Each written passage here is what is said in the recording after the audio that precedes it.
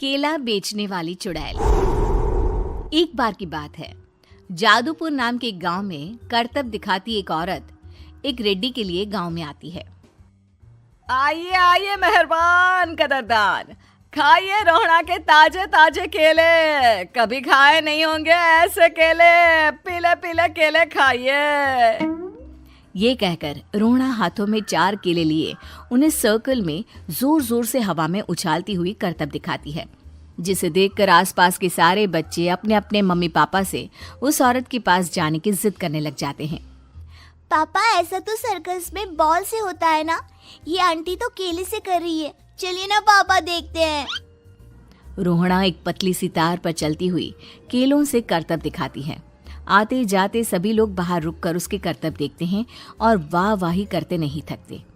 जैसे ही एक आदमी पास आकर उसे पैसे देने लग जाता है, तब वो कहती है, अरे नहीं नहीं साहब, मैं करतब तो बच्चों के मन को बहलाने के लिए करती हूँ। धंधा तो मेरा केले का है। पीछे देखो मेरी रिड्डी, जो भी मेरे केले खाएगा मेरी तरह चुस्त दुरुस्त और तंदुरुस्त हो जाएगा। पता चलता है क्या कि मेरी उम्र 55 की है। अरे पर ऐसे ठंड के मौसम में कोई केला क्यों खाएगा? ये ऐसे वैसे केले नहीं है साहब, ये शरीर में गर्मी देते हैं। ठंड को दूर भगाए जो भी रोहिणा के केले खाए। पापा, अगर मुझे केले नहीं मिले तो मैं घर नहीं जाऊंगी। तभी उसके पापा कहते हैं कि बेटा, केले ठंड में कभी गर्मी नहीं देते। ये सब कहने की बातें हैं, सामान बेचने का तरीका है इनका। पर पिंकी नहीं मानती। मैं केले खाऊंगी। पिंकी की जिद के आगे नत्थू हार जाता है और उसे केले खरीद कर दे देता है। पिंकी खुश होकर केले घर ले आकर खाती है। अब मैं भी करतब करूंगी, कितना मजा आएगा। जादुई केले।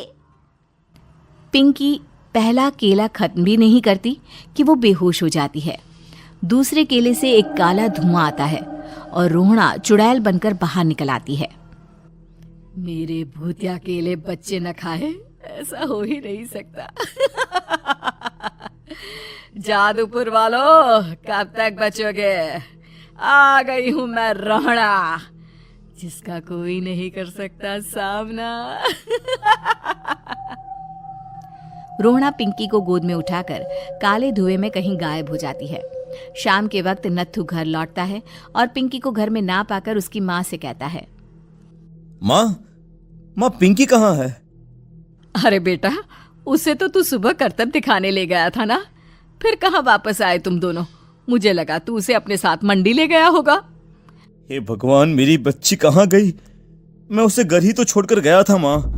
नत्थू गांव के घर कोने में अपनी बेटी को ढूंढता है, पर उसे वो कहीं नहीं मिलती। परेशान होकर आखिर रो रो कर नत्थू हिम्मत हार कर घर लौट आता है। अगली सुबह रोहड़ा फिर से करतब दिखाने आती है और इस बार पिंकी की तरह रोनी केले खरीद लेता है। 50 रुपए दिए थे पापा ने, सारे पैसों की मैंने केले खरीद लिए हैं। अब मैं भी आंटी की तरह ही करतबबाज बन जाऊंगा।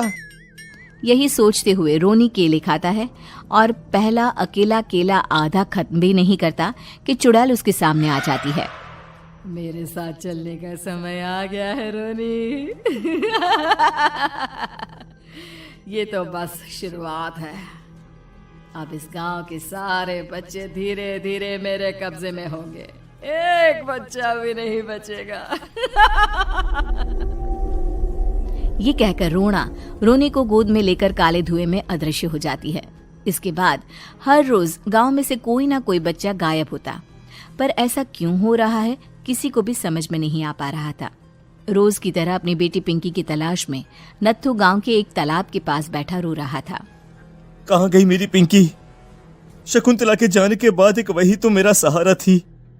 अरे उसकी आत्मा कोस रही होगी मुझे कि मैं अपनी बच्ची को संभाल भी नहीं पाया।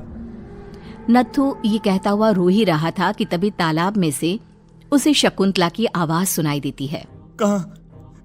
कहाँ थी तुम शकुंतला? हमारी बच्ची और सारे गायब हुए बच्चे रोहड़ा के कब्जे में हैं। वो बच्चों को जो केले देती है उससे बच्चे बेहोश हो जाते हैं और उसके कब्जे में आ जाते हैं और वो उन्हें ले जाकर काली दुनिया में ले जाती है। पर वो ऐसा क्यों कर रही है?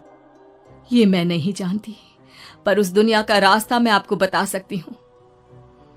जहां ये नदी खत्म होती है वहां एक केले का पेड़ है, उसके नीचे एक दरवाजा है, वहीं से रास्ता जाता है उस दुनिया का। ये कहकर शकुंतला की आत्मा गायब हो जाती है। गांव के सभी लोग झुंड बनाकर उसी रास्ते से काली दुनिया में चले जाते हैं और वहां देखते हैं कि सारे बच्चे वहां काम कर रहे थे। पापा मुझे ले चलो यहाँ से। पापा पापा। सभी बच्चे अपने मम्मी पापा से लिपट जाते हैं। तो तुम लोग यहाँ तक आ गए? क्यों हमारे बच्चों को पकड़ लिया तूने? तुझे शिकार ही बनाना है तो ले, हम सब आ गए हैं, हमें खा ले। नहीं, मुझे बच्चे चाहिए। मेरे बच्चे के बदले तुम लोगों के बच्चे। क्या मतलब? मैं इसी गांव में रहने वाली एक औरत थी। केले की चोरी के इल्जाम में मेरे बेटे को गांव वालों ने इतना मारा कि वो मर गया। उसी दिन मैंने ठान लिया कि गांव वालों का भी वही हाल करूंगी। कुछ दिन बाद बेटे के चले जाने के दुख में मैं भी मर गई और मेरी भटकती आत्मा एक चुड़ैल बन गई। और फिर मैंने बदला लिया तुम सबके बच्चे छीनकर। बर्दाश्त नहीं कर पाए ना? सोचो मुझ पर क्या बीती होगी। हमें माफ कर दो रोना। पता नहीं ये किसकी गलती थी, पर हम सभी माफी मांगते हैं। हमारी खुशियां लौटा दो, तुम भी तो एक माँ हो। गांव वालों की बात सुनकर रोना का मन पिघल जाता है और वो बच्चों को छोड़ देती है। उसके बाद काली दुनिया बच्चों के लिए जादुई दुनिया बन जाती है। अब कोई